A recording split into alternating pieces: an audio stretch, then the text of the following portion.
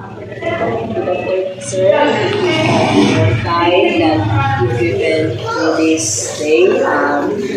We were tasked to interview a teacher about the rubrics, scoring rubrics, and I have here 5 questions about scoring rubric, and I hope that I will gain a knowledge from you. So here is my first question. Where do you use the scoring rubrics? Okay, we use the scoring rubrics for assessment of the activities to be made with our students. That is the role, the basic function of rubrics for assessing the performance of the students. So it is for assessing the performance. Yes. My second question is, what helps scoring rubrics given to you?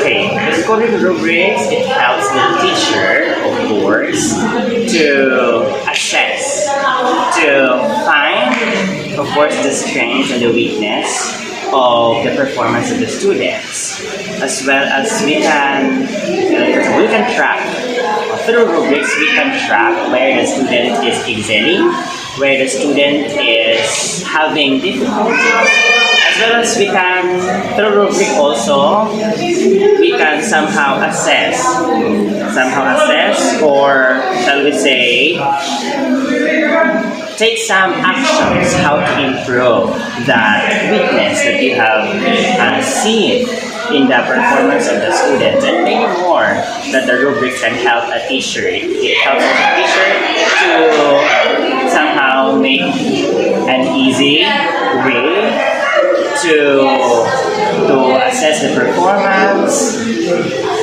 so that he can track what are or is the next step to be done to improve the skills of the students. So it is to assess the strength and assessment. Yes. Questions? Yes. What difficulties have you met in using the rubric? Okay, there are a lot of difficulties that you are going to encounter in the rubrics. First is the construction. The construction of rubrics is not an easy task. You need to construct it according to the level of the performance that the student have to attain. You need to balance, you need to indicate the level there. So, you need to be specific, the level of the performance that the student should attain. Then another difficulties is maybe for scaling, because you need to also be balanced in terms of the scale of the rubrics. Then aside from that, maybe for the implementation of that. Basta in using the rubrics, make sure that it is somehow how do you say this? The student should know on this. The student is aware of the rubrics you have to use, so that they can also prepare and they can show the skills they need to do, and for you to elicit also those skills that they need to perform. So kailangan alam nila. So question number 4. What type of rubric do you use? Holistic or analytic? Oh. What is the difference? Okay, so honestly speaking, for me as a teacher, in terms of its usability, it is easier for me to use analytic rubric. That is easy to use. On the other hand, analytic rubric is very difficult to create. Unlike the holistic, it's easy to create also and easy to use, but then there is that somehow general kasi Holistic is you need to assess the general output. Unlike the analytic, you need to assess the specific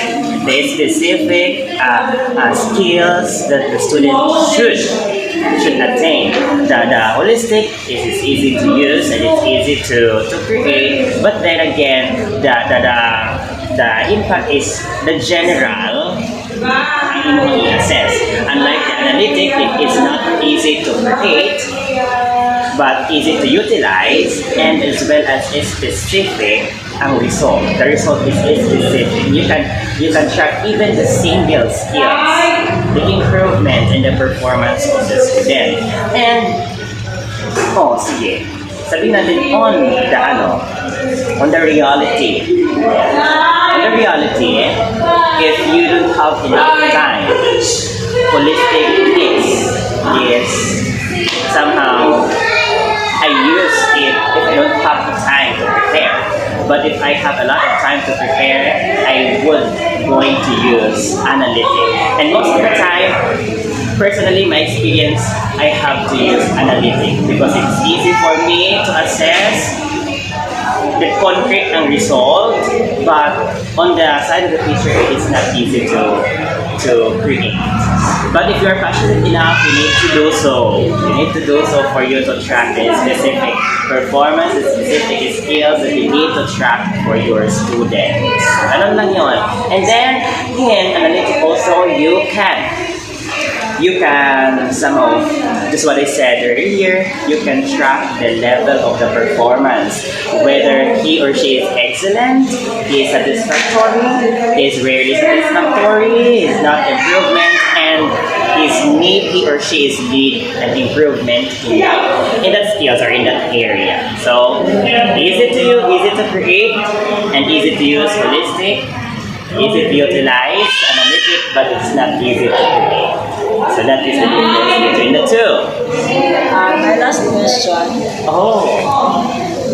Go on. I think you I have answered it. which is easier to use for you. It's easier for me to use is analytic.